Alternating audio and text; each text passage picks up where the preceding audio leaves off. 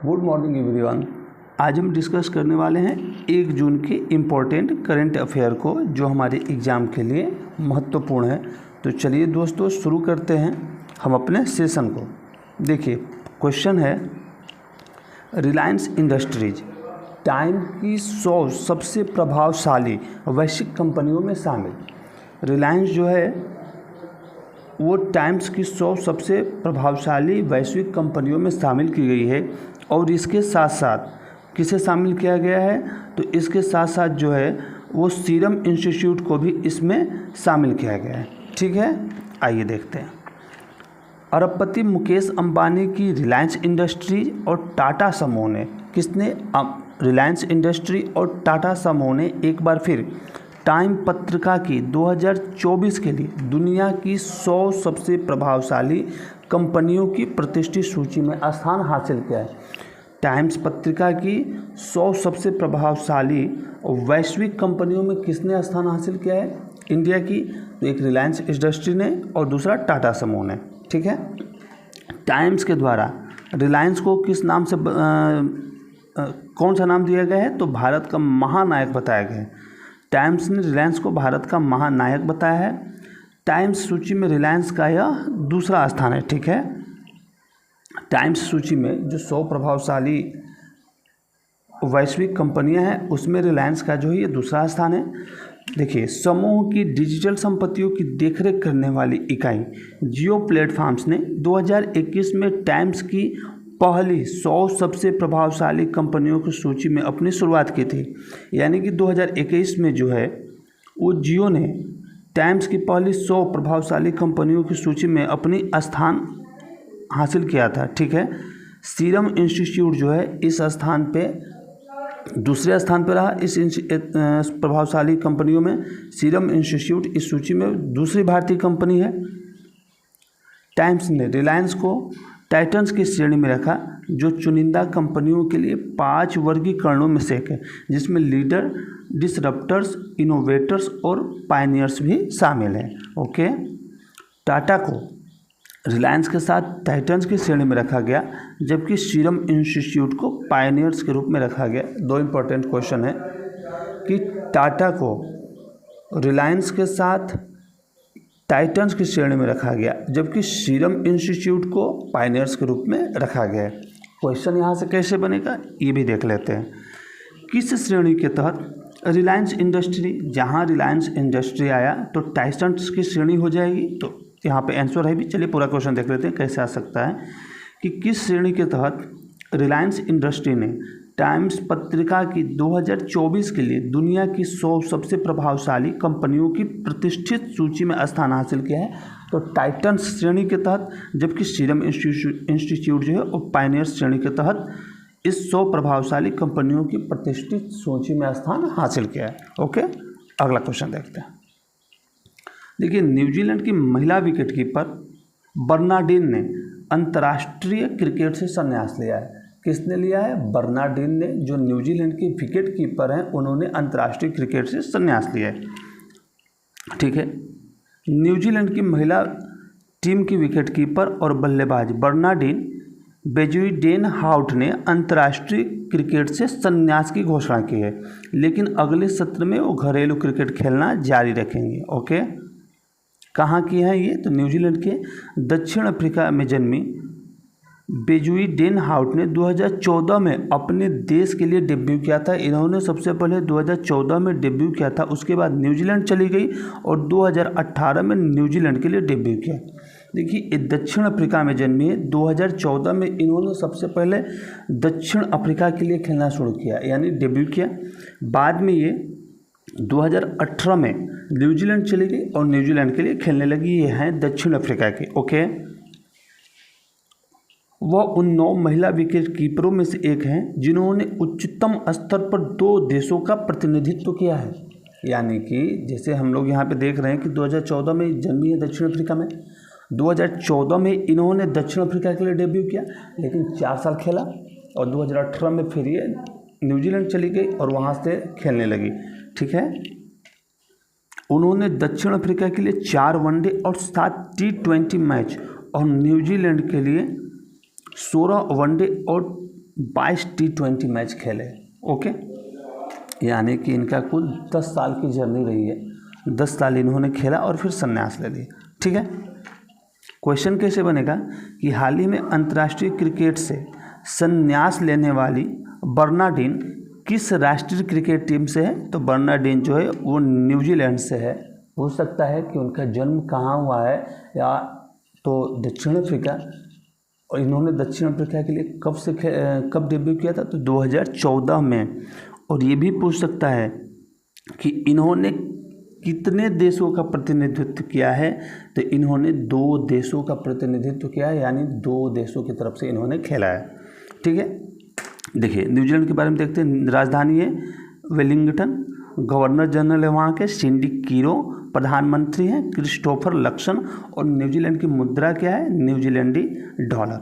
Okay, next question देखिए। Next है IRDAI ने ICICI प्रूडेंशियल बोर्ड के अध्यक्ष के रूप में संदीप बत्रा को मंजूरी दी है। IRDAI ने ICICI प्रूडेंशियल बोर्ड के अध्यक्ष के रूप में किसे मंजूरी दी है? तो संदीप बत्रा को मंजूरी दी है। देख लेते हैं। भारतीय बीमा विनियामक और विकास प्राधिकरण यानी कि IRDAI ने ICICI प्रूडेंशियल के निदेशक मंडल के अध्यक्ष के रूप में संदीप बत्रा को नियुक्ति प्रदान की है। याद रखेंगे इसे, किसे प्रदान की है? तो संदीप बत्रा को नियुक्ति प्रदान की है।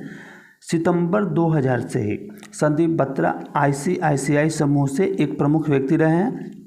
वर्तमान में वे ICICI बैंक के बोर्ड में कार्यकारी निर्देशक के रूप में कार्य करते हैं, जहां वे जुलाई 2018 से कारपोरेटर सेंटर की देखरेख कर रहे हैं।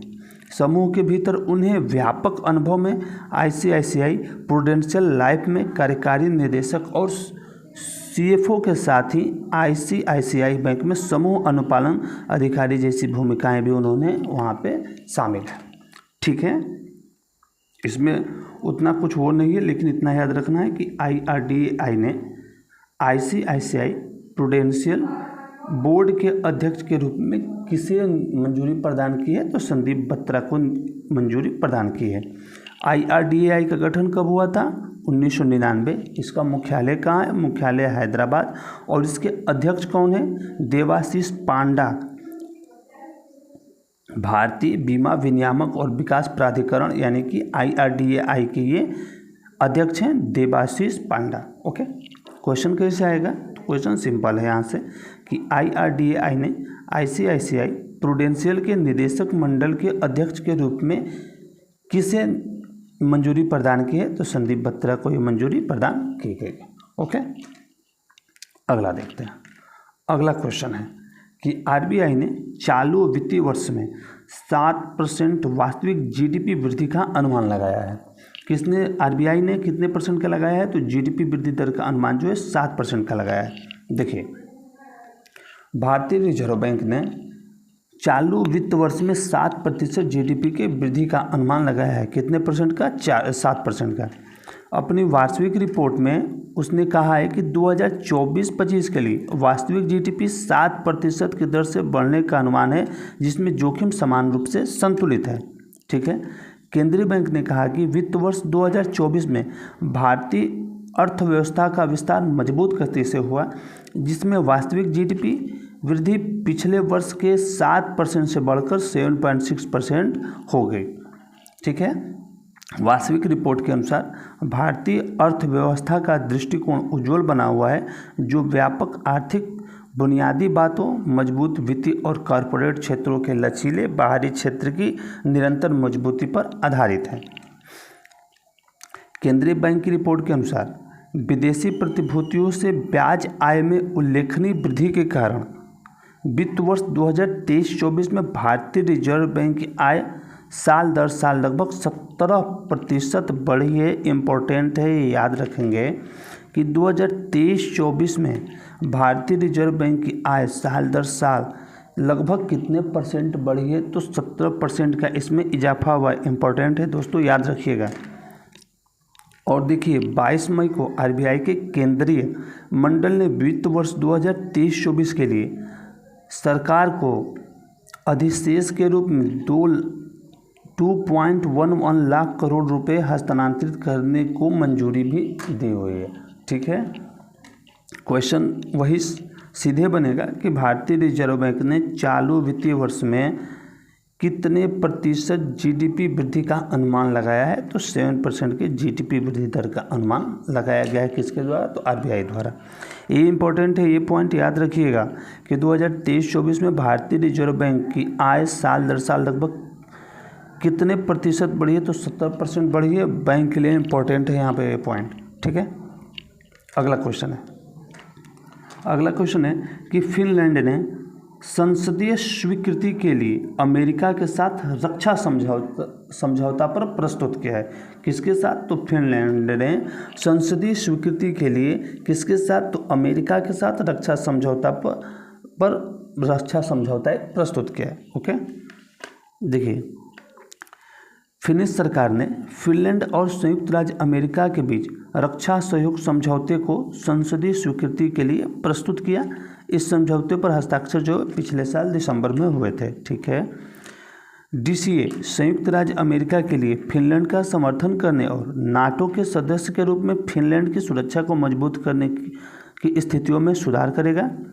फिनिश सरकार ने सिफारिश की कि अंतिम स्वीकृति के लिए 2/3 बहुमत की आवश्यकता होती है, क्योंकि डीसीए के कुछ हिस्से फिनिश संविधान का उल्लंघन करते हैं। ओके, फिनिश जो है वो परमाणु ऊर्जा, फिनलैंड में किसी भी परमाणु हथियार की उपस्थिति को प्रतिबंधित करता है। और प्रधानमंत्री पेटेरी ओरपो ने आश्वासन दिया कि डीसीए इस स्थिति को नहीं बदलेगा। ओके, तो देखिए, फिनलैंड की राजधानी कहाँ है? हेलसिंकी। आधिकारिक वहाँ की भाषाएं कौन है? तो फिनिश और स्वीडिश। प्रधानमंत्री कौन है फिनलैंड के? तो पेटेरी ओरपो। यहाँ पे हम लोग पढ़ा प्रधानमंत्री कौन है? पेटेरी ओरपो प्रधानमंत्री। और मुद्रा क्या है वहाँ की? तो यूरो है। ठीक है, क्वेश्चन कैसे बनेगा कि हाल ही में किस देश ने संसदीय अनुमोदन के लिए, याद रखिएगा, संसदीय अनुमोदन के लिए संयुक्त राज्य अमेरिका के साथ रक्षा सहयोग समझौता डीसीए प्रस्तुत किया है? किसने किया है? तो फिनलैंड ने किया है। ओके, ठीक है, अगला क्वेश्चन देखते हैं। भारत आईबीए से यानी कि अंतर्राष्ट्रीय मुक्केबाजी संघ से नाता तोड़कर विश्व मुक्केबाजी में शामिल हुआ।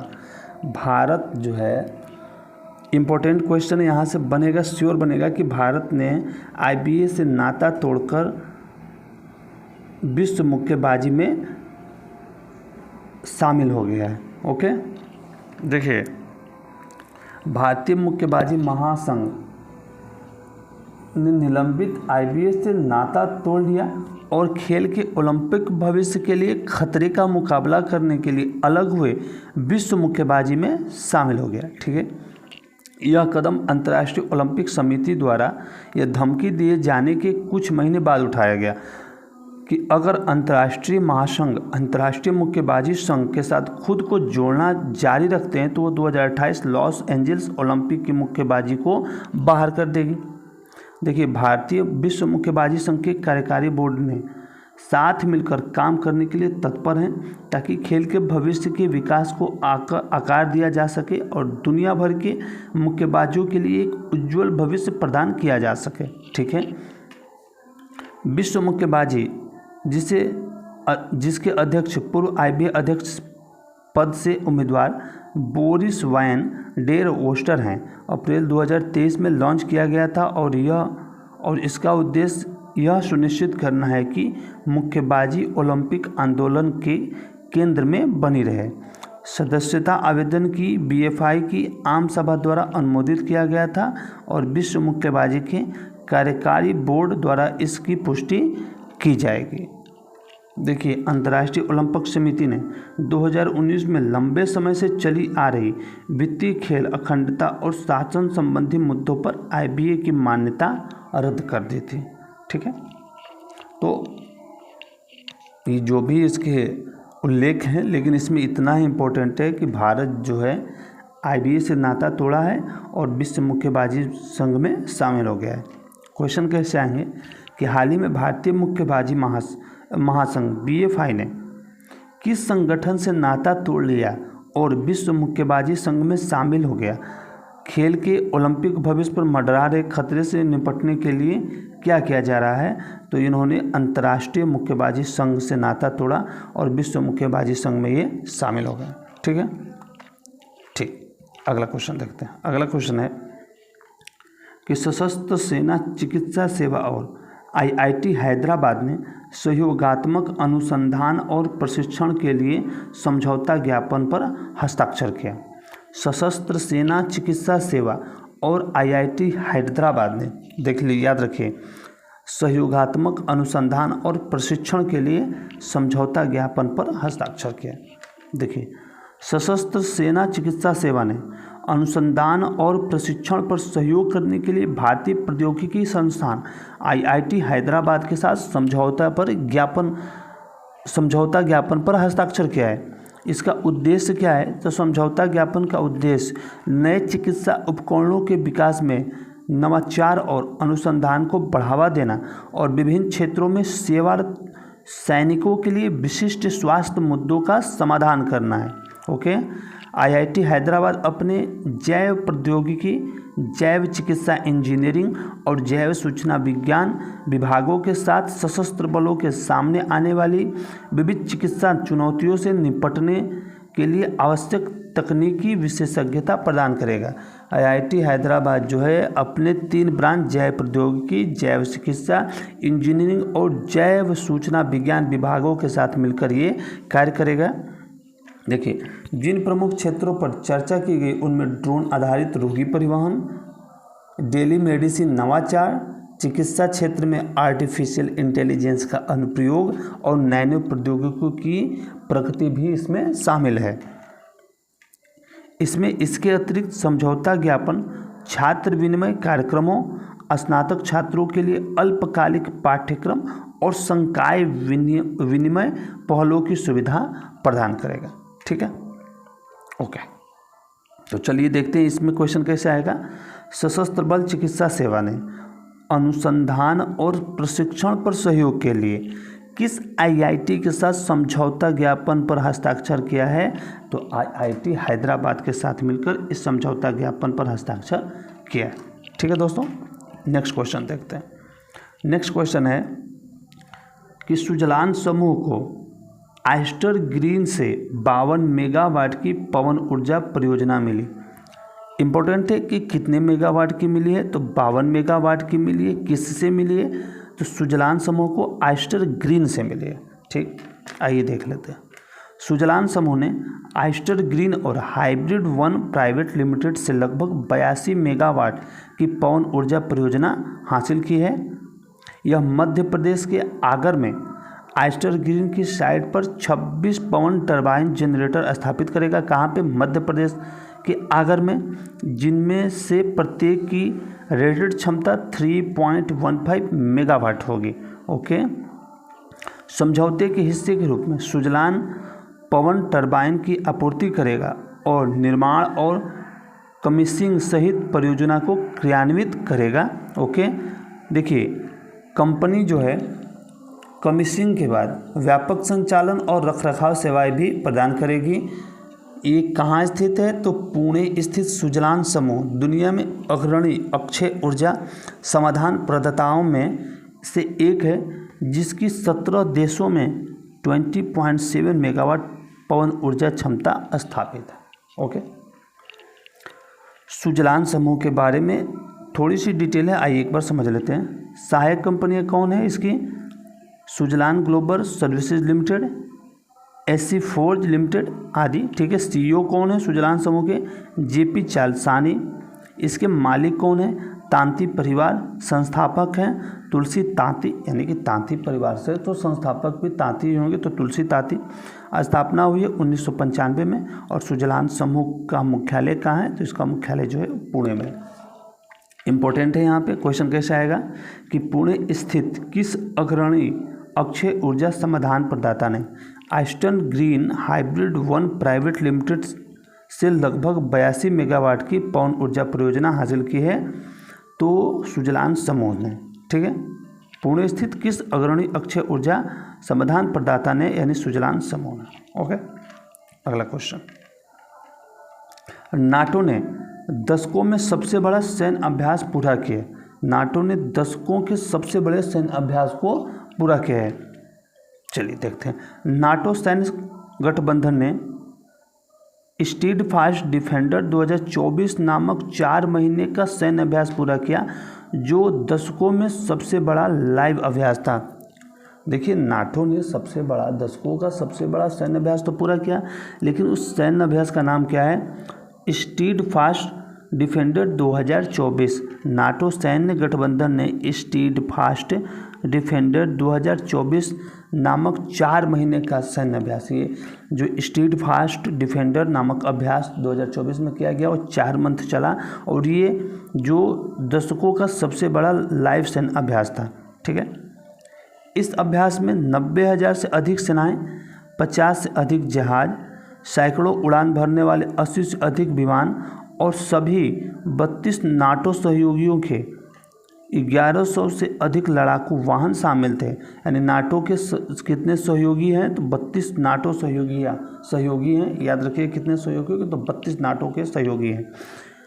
ठीक है, स्टीडफास्ट डिफेंडर शक्ति का प्रदर्शन था, क्योंकि गठबंधन के यूरोपीय सदस्य रूस के यूक्रेन के खिलाफ युद्ध के सामने फिर से हथियारबंद होने के लिए आगे आए, जिससे शीत युद्ध की समाप्ति के बाद सैन्य खर्च में कमी आएगी। ठीक है, इस अभ्यास ने यूरोप और उत्तरी अमेरिका में नाटो सहयोगियों के बीच ट्रांस अटलांटिक गठबंधन की अविश्वसनीय ताकत का प्रदर्शन किया।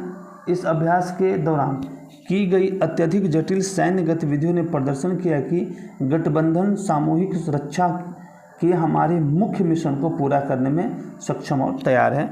इम्पोर्टेंट यहाँ पे क्या था, इस पॉइंट को याद रखिएगा कि नाटो ने 2024 में स्टीडफास्ट डिफेंडर नामक 4 महीने का सैन्य अभ्यास को पूरा किया, जो कि दशकों का सबसे बड़ा लाइव अभ्यास है। ओके, ठीक है, क्वेश्चन देखते हैं कैसे आएगा। नाटो सहयोगियों द्वारा 32 नाटो के सहयोगी हैं, ये भी याद रखिए कि नाटो सहयोगियों द्वारा आयोजित सैन्य अभ्यास का नाम क्या है, जो दशकों में इसका सबसे बड़ा लाइव अभ्यास भी है? तो स्टीडफास्ट डिफेंडर 2024। ठीक है, नेक्स्ट क्वेश्चन है। डॉक्टर इमैनुएल सोबेरन को विश्व पशु स्वास्थ्य संगठन का नया महानिदेशक चुना गया है। तो विश्व पशु स्वास्थ्य संगठन का नया महानिदेशक किसे चुना गया है? तो डॉक्टर इमैनुएल सोबेरन को। ठीक है, देखिए 91वें आम सत्र के दौरान विश्व पशु स्वास्थ्य संगठन ने 5 साल के कार्यकाल के लिए, यानी कि 2024 से 2029 के लिए अपने नए महानिदेशक के रूप में किसे चुना है? डॉक्टर इमैनुएल सोबेरन को चुना है। ठीक है, इमैनुएल सोबेरन पशु चिकित्सा के डॉक्टर और पशु चिकित्सा सार्वजनिक स्वास्थ्य के महानिरीक्षक भी हैं। ठीक है, वो वर्तमान में खाद्य के लिए उप महानिदेशक और फ्रांसीसी पशु चिकित्सक सेवाओं की प्रमुख हैं। डॉक्टर सोबेरन के चुनाव से संगठन में पूर्ववर्ती डॉक्टर मोनिक एलोइट के 8 साल के सफल कार्यकाल का अंत हो गया। यानी कि यहाँ से समझिए कि जो इमैनुएल जी हैं, उन्होंने मोनिक एलोइट का स्थान लिया है। किसका स्थान लिया है? तो मोनिक एलोइट का स्थान लिया है, जिनका कार्यकाल 8 साल का रहा। डॉक्टर एलोइट ने पशु रोगों से निपटने के लिए वैश्विक सहयोग को बढ़ावा देकर एक महत्वपूर्ण विरासत छोड़ी है। अपने 2 कार्यकालों के दौरान WHO ने अपने सदस्यों की क्षमता और समावेशिता को मजबूत किया और पशु चिकित्सा, पैरा प्रोफेशनल्स और सामुदायिक पशु स्वास्थ्य कार्यकर्ताओं के लिए समर्थन का विस्तार भी किया है। ठीक है, WHO ने डेटा संचालित कार्यक्रम भी लागू किए, जैसे कि ऑब्जेक्टरी OH मानकों के कार्यान्वयन की निगरानी करने के लिए एक तंत्र और पशु रोगरोधी उपयोग पर एक वैश्विक डेटाबेस लाया, जिसका नाम है ANIMUSEI। ये याद रखिए कि WOH मानकों के कार्यान्वयन की निगरानी करने के लिए एक तंत्र है और पशु रोगाणुरोधी उपयोग पर एक वैश्विक डेटाबेस लाया जिसका नाम है ANIMUSEI। ठीक है। क्वेश्चन कैसे है कि विश्व स्वास्थ्य संगठन के लिए महानिदेशक के रूप में किसे चुना गया है? तो विश्व स्वास्थ्य संगठन के लिए महानिदेशक के रूप में डॉक्टर इमैनुअल सौबेरन को चुना गया है और उन्होंने मोनिक एलोइट का स्थान लिया है। ठीक है दोस्तों, आज के लिए जो भी इम्पोर्टेंट करंट अफेयर हो सकते थे और हमारे हर एग्ज़ाम के लिए इम्पोर्टेंट, उन सबको हमने डिस्कस किया। सो प्लीज़, अगर आपको हमारा ये सेशन पसंद आया तो आप हमारे YouTube चैनल गुरुकुल बाय विकास को लाइक करें, शेयर करें और सब्सक्राइब करें। आप सबका धन्यवाद। मिलते हैं अगले सेशन में, तब तक के लिए थैंक यू।